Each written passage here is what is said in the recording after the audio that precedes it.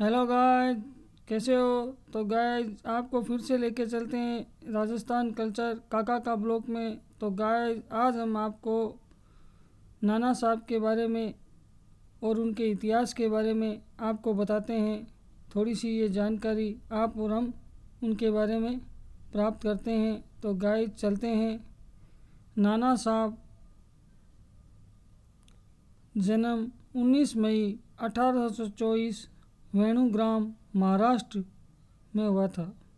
मृत्यु 6 अक्टूबर 1858 सन 1857 के भारतीय स्वतंत्रता के प्रथम संग्राम के शिल्पकार थे। उनका मूल नाम धोड़ूपंत था। स्वतंत्रता संग्राम में नाना साहब ने कानपुर में अंग्रेज़ों के विरोधियों का नेतृत्व किया। पेशवा बाजीराव बल्लालाल भट्ट द्वितीय ने नाना साहब को गोद लिया था। इतिहास में नाना साहब को बालाजी बाजीराव के नाम से भी संबोधित किया।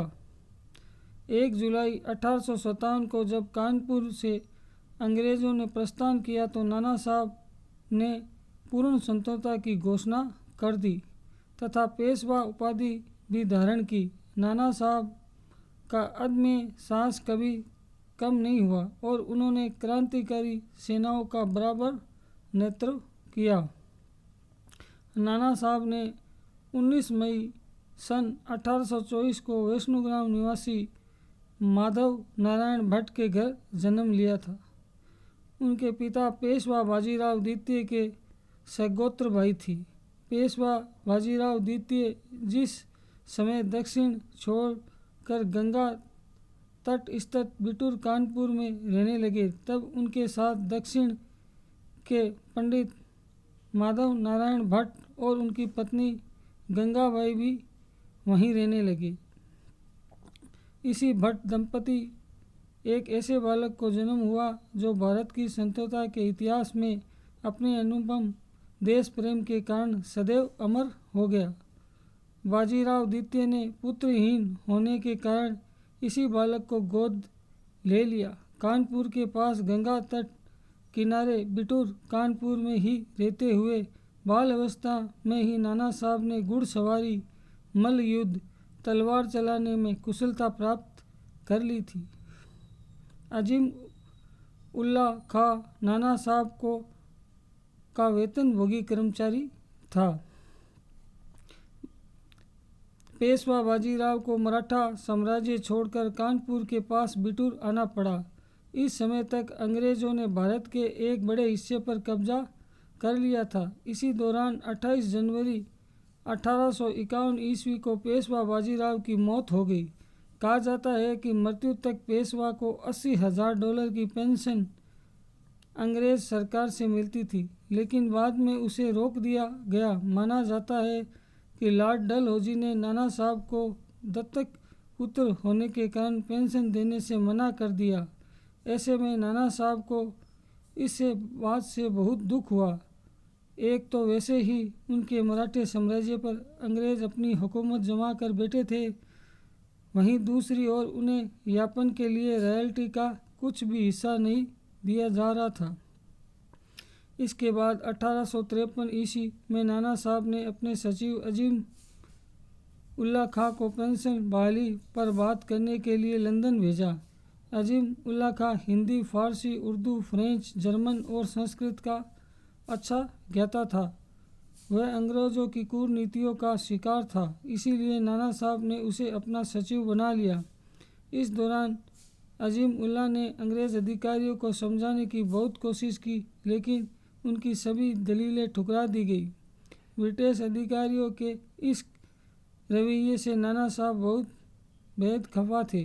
ऐसे में उन्होंने अंग्रेज़ों के विरुद्ध बगावत को ही सबसे अच्छा विरोध माध्यम माना। उधर मंगल पांडे के नेतृत्व में मराठे छावनी के सिपाही अंग्रेज़ों के खिलाफ विद्रोह का मन बना चुके थे। खबर उड़ती उड़ती नाना साहब के पास पहुंची। इन्होंने तांती तोहफे के साथ मिलकर 1857 में ब्रिटिश राज के खिलाफ कानपुर में बगावत छेड़ दी। जब 10 मई 1857 में प्रथम स्वतंत्रता संग्राम की ज्वालाएं उठी, नाना साहब भी राष्ट्र मुक्ति संघर्ष में कूद पड़े। उन्होंने कानपुर पर अधिकार कर लिया। कई मास इस पर आज़ादी का झंडा लहराता रहा। कानपुर पर फिर से अधिकार करने के लिए हैवलॉक ने विशाल सेना के साथ आक्रमण किया। उन्होंने कुछ समय तक शत्रु सेना से वीरता के साथ संघर्ष किया। अंत में उनकी पराजय हुई। नाना साहब ने अपना साहस नहीं खोया और उन्होंने कई स्थानों में शत्रु से सेना संघर्ष किया। अंत में जब 1857 का प्रथम संग्राम असफल हुआ, तब नाना साहब को सपरिवार नेपाल की शरण लेनी पड़ी, लेकिन वहाँ शरण ना मिल सकी क्योंकि नेपाल दरबार अंग्रेज़ों को असंतुष्ट नहीं करना चाहता था। जुलाई सन 1857 इस महान देशभक्त को घोर आपत्तियों में अपने दिन व्यतीत करने पड़े। उनका स्वराज्य स्थापना का सपना टूट चुका था।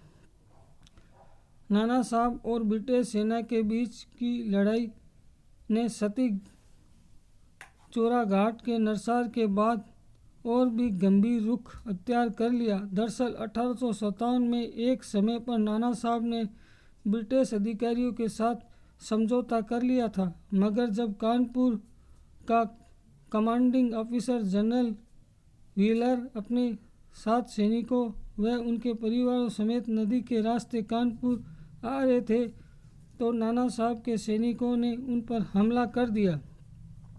इस घटना के बाद ब्रिटिश पूरी तरह नाना साहब के खिलाफ हो गए और उन्होंने नाना साहब के गढ़ माने जाने वाले बिठूर पर हमला बोल दिया।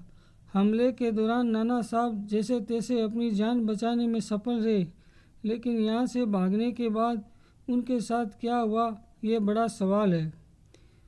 इसे लेकर कुछ इतिहासकार कहते हैं भागने में सफल हो गए और अंग्रेज सेना से बचने के लिए भारत छोड़कर नेपाल चले गए। हालांकि रहस्य केवल नाना साहब के गायब होने का ही नहीं, बात उनके बेशकीमती खजाने की भी है। जिस समय अंग्रेज ने नाना साहब के महल पर हमला किया तो उनके हाथ नाना साहब तो नहीं लगे, लेकिन दौलत के भूखे अंग्रेज़ों ने उनके महल को कुदेरना शुरू कर दिया। अंग्रेज़ वहाँ किसी गुप्त खजाने की तलाश में थे। इसके लिए खास तौर पर रॉयल इंजीनियरों व लगभग आधी ब्रिटिश सेना को काम पर लगा दिया गया। खजाने की खोज के लिए अंग्रेज़ों ने कुछ भारतीय जासूसों की भी मदद ली, जिनके चलते वे खजाना ढूंढ पाने में लगभग सफल हो गए। महल में खोज के दौरान अंग्रेज़ों को 7 गहरे कुएं मिले, जिनमें तलाशने पर उन्हें सोने की प्लेटें मिली। इससे ये पक्का हो गया कि नाना साहब खजाना इन्हीं कुओं में कहीं छुपाया गया है। इस दौरान सारा पानी निकाल कर जब कुएं की तलाशी ली गई तो कुएं में तल में बड़े बड़े बक्से दिखे, जिनमें सोने की प्लेटें, चांदी के सिक्के व बेकीमती सामान रखा हुआ था। इतना बड़ा खजाना अंग्रेज़ों के हाथ लग चुका था। मौजूद उनका मानना था कि नाना साहब खजाने का एक बहुत हिस्सा अपने साथ ले गए। नाना साहब की मृत्यु को लेकर इतिहासकारों में मतभेद है। माना जाता है कि नेपाल के देवखारी गांव में रहते हुए नाना साहब भयंकर बुखार से पीड़ित हो गए और इसी के परिणाम स्वरूप मात्र 34 साल की उम्र में 6 अक्टूबर 1858 में उनकी मौत हो गई।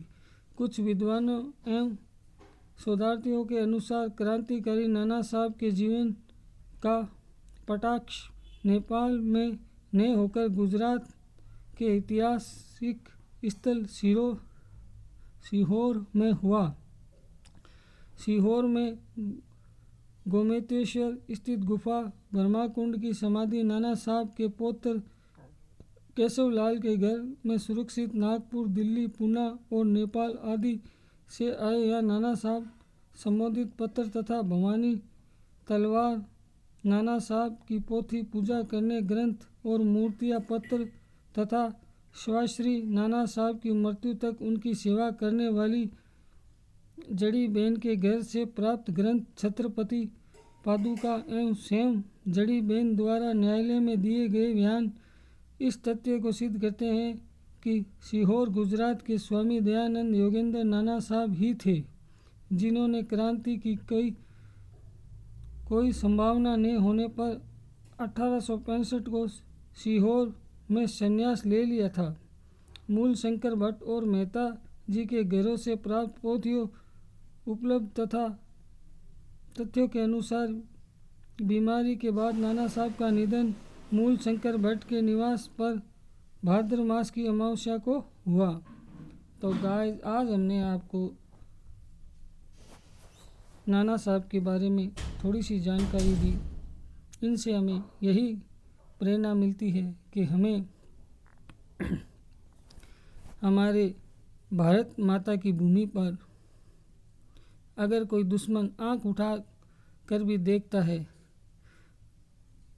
तो गाइस, हमें दुश्मन को हमारी भारत की भूमि पर पैर नहीं रखने देना है, चाहे इसके लिए हमें अपना बलिदान भी देना क्यों न पड़े।